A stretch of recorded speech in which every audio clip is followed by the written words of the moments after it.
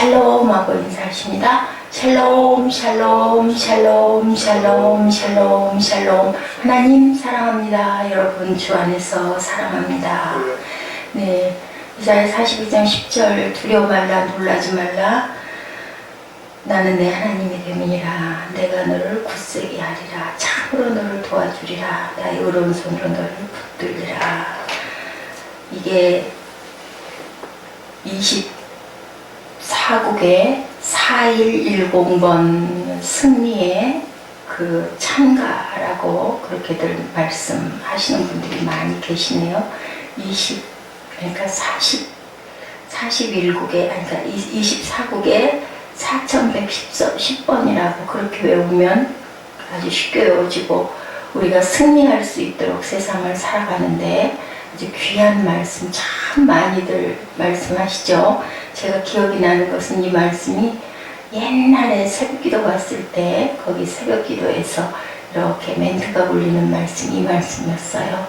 두려워하지 말라, 놀라지 말라, 나는 내 하나님이라. 내가 너를 내 오른손으로 붙들리라. 참으로 너를 도와주리라. 아주 이 말씀이 그렇게 아주 깊이 느껴졌습니다.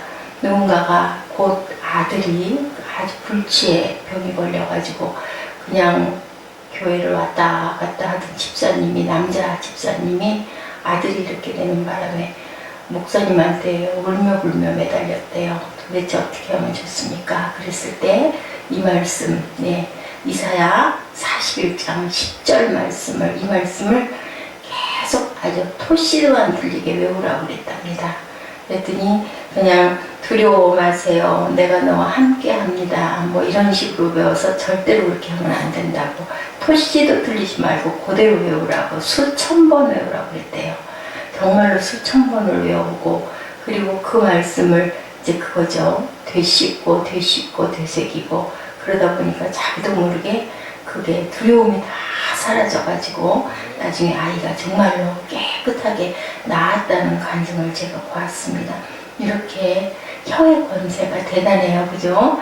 혀로 악을 쏟아내면 그게 사탄이 우리를 아주 좀 먹고 들어오고, 이렇게 하나님의 말씀을 계속 선포하니까 처음에는 그냥 무의식으로 외우라고 그러니까 뭐래도 붙잡아야 되니까 했는데 나중에는 정말로 이 말씀이 그 이사야 41장 10절 말씀이 확 들어왔다고 합니다. 근데 14절에서 16절을 보니까 지렁이 같은 야곱이, 나중에는 이스라엘도 되죠. 너 이스라엘 사람들아 두려워하지 말라. 나 여호와가 말하노니. 지렁이 같은 야곱이 나중에는 이스라엘을 되죠. 왜요?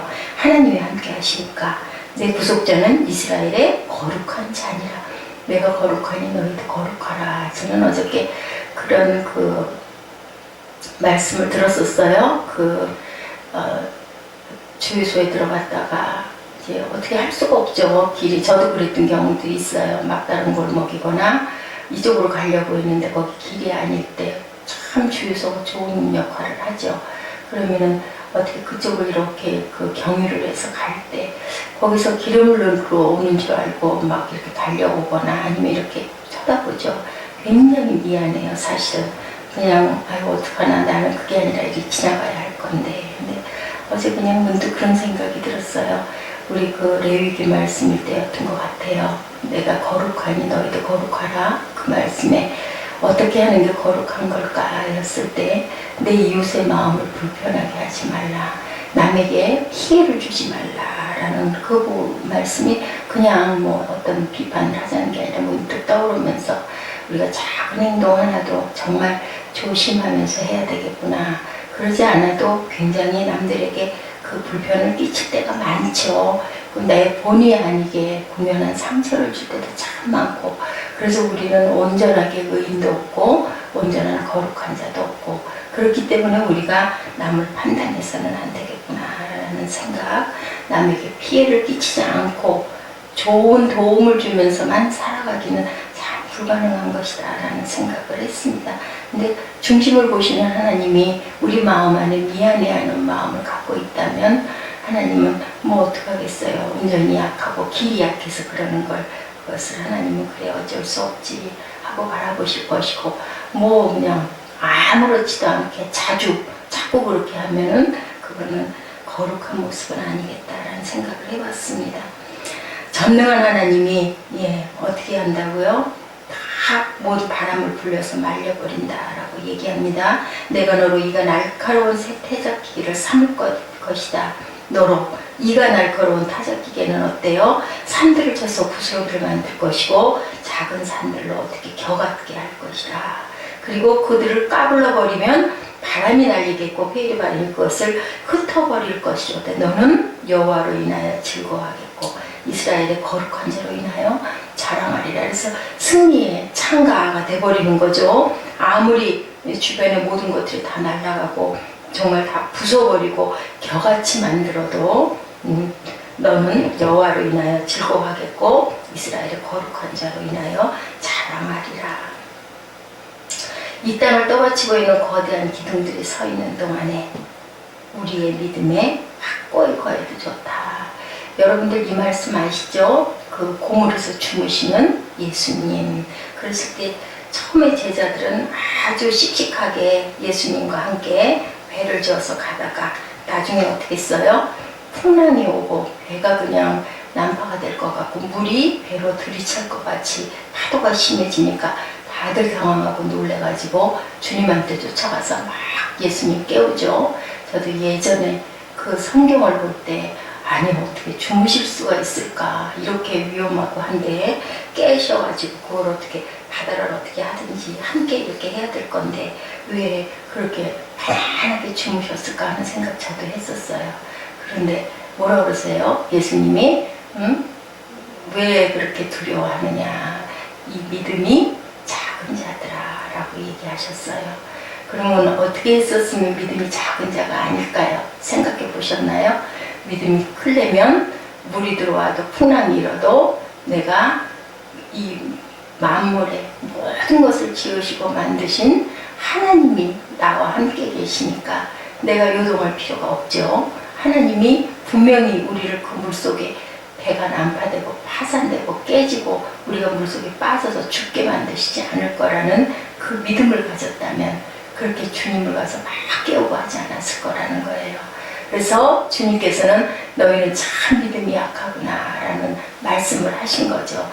그런데 여러분들, 저와 여러분 저를 포함해서 믿음이 그렇게 약할 수밖에 없게 흔들려요. 우리는 딱 알면서도 이거 사탄이야, 결과적으로 우리는 승리할 거야, 이렇게 될 거야, 또 이런 나쁜 것들이 또 틈을 탔네, 나를 혈기를 잡고 일어나게 하고 남을 판단하게 하고 이러네 알면서도 입술로는 그걸 참지 못하고 뱉거나 불안해하거나 이거 이렇게 안 되면 어떡하나 하는데 그 안에도, 그 문제 안에도 하나님이 계시고 그리고 내가 바라지 않는 방향으로 가는 어떤 현상들도 하나의 과정이라고 생각을 한다면 우리는 요동하지도 말고 화내지도 말고 분내지도 말고 절망하지도 말고 낙심하지도 말고 그렇게 잠잠하게 하나님의 역사를 바라고 무엇을 하면서 기도하면서 내가 할 일을 열심히 했을 때 이루시는 분은 누구시라고요? 야훼시죠. 우리가 계획한다 할지라도 성취하는 건 주님이세요. 근데 우리는 우리 마음대로 내 중심이 모든 것을 움직이려고 하다 보니까 저는 지금도 또렷하게 그 소리가 귓전에 들려요. 네가 하려고 하니까 힘들지. 너 힘들지? 딱 그러셨어요. 너 힘들지? 네가 하려고 하니까 힘들지.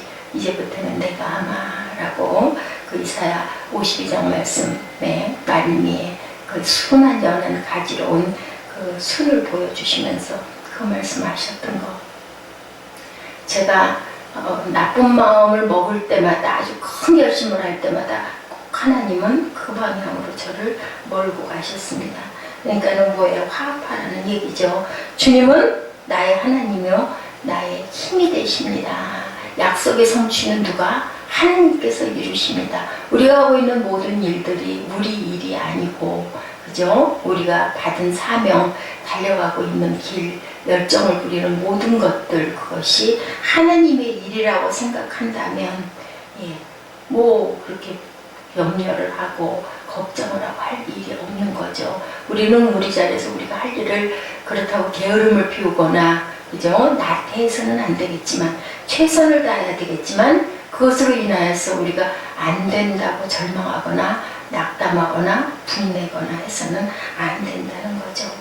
이 땅의 궤도를 지시하시는 하나님 아니실까요? 그죠? 예, 둥글게 돌리고 계세요. 지금 우리 지구를 태양이라는 뜨거운 용광로불을 돌리고 계시고 천국의 등불들을 손질하시는 하나님께서 우리에게 무엇을 주시겠다고 말씀하시네요. 매일매일 힘을 주시겠다고, 그리고 너를 도와주겠다고, 나의 의로운 오른팔로 너를 붙들어 주겠다고. 우리 약속의 말씀 믿잖아요. 하나님 말씀이라는 거. 그러면 당연히 도와주시겠죠.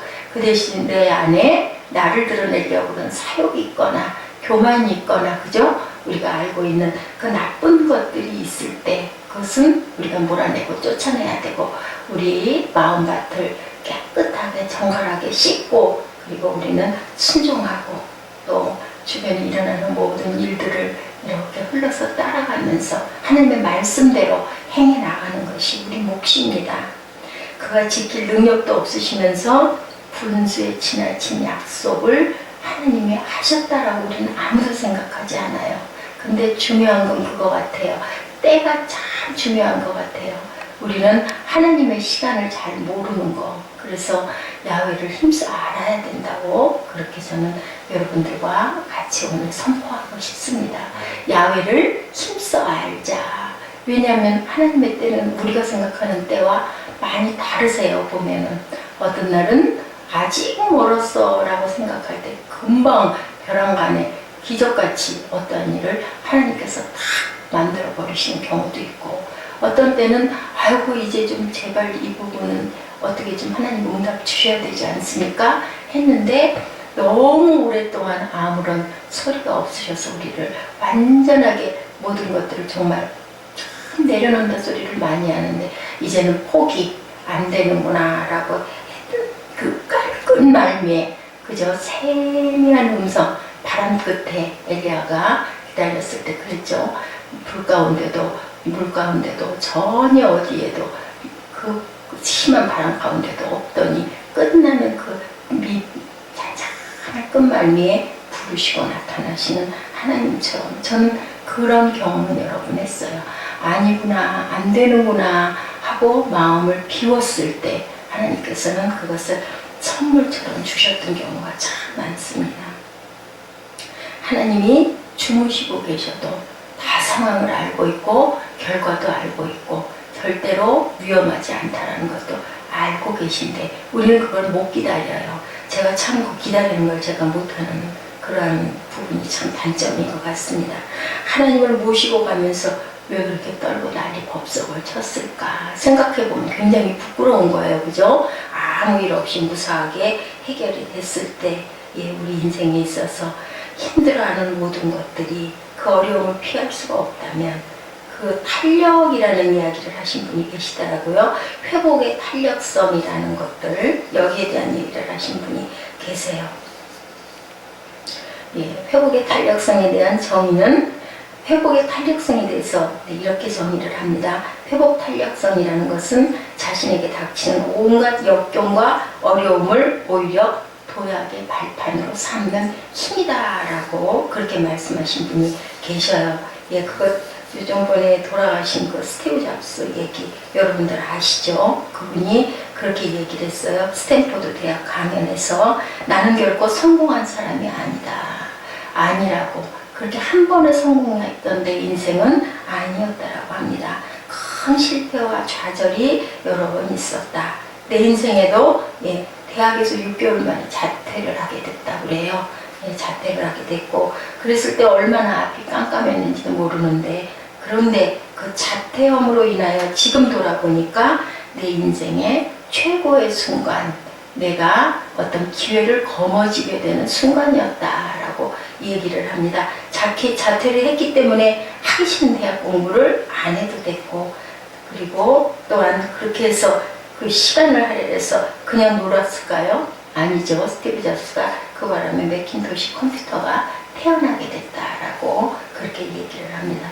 또 한 번 있었죠. 기업을 일으켰었죠. 창업했던 회사에서 경영 이사진들에게 밀려났던 적이 있었습니다. 그냥 퇴진을 했어요. 본인이 창업을 했는데도 아주 보기는 그런 기울이 엄했던 것 같아요. 본인 스스로 본인 발로 퇴사했을 때 정말 암담하고 깜깜했었는데 그때가 또 지나놓고 돌아보니까 결정적인 내 인생의 황금기였다. 나는 컴퓨터에 매여있지 않을 수 있었고 내게 주어진 새로운 시간을 창의적으로 사색할 수 있었고 그래서 마침내 아이폰과 아이패드를 탄생시킬 수 있었다. 예, 전선생님 생각이 났어요. 전에 누구죠? 제천대학 그 부분 때문에 갈등하고 서로 얘기하고 했을 때 차마 제가 뭐라고 말을 못했지만 마음속으로는 그게 답인데 생각했었거든요. 그랬더니 나중에 선생님분 내려놓으시더라고요. 시간이 너무 아깝다고 얘기를 하면서 그게 답이었는데 이렇게 우리는 답을 알면서도 참 그거 내려놓기가 힘들어요. 그래도 이걸 좀 어떻게 해야 되지 않을까.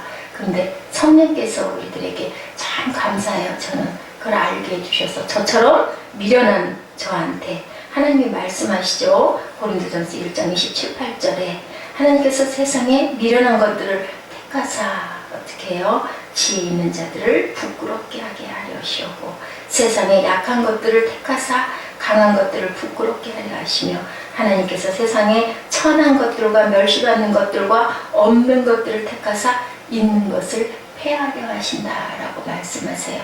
제가 참 약하고 미련하기 때문에 하나님께서는 그래서 저를 바라보시는구나라는 생각을 합니다.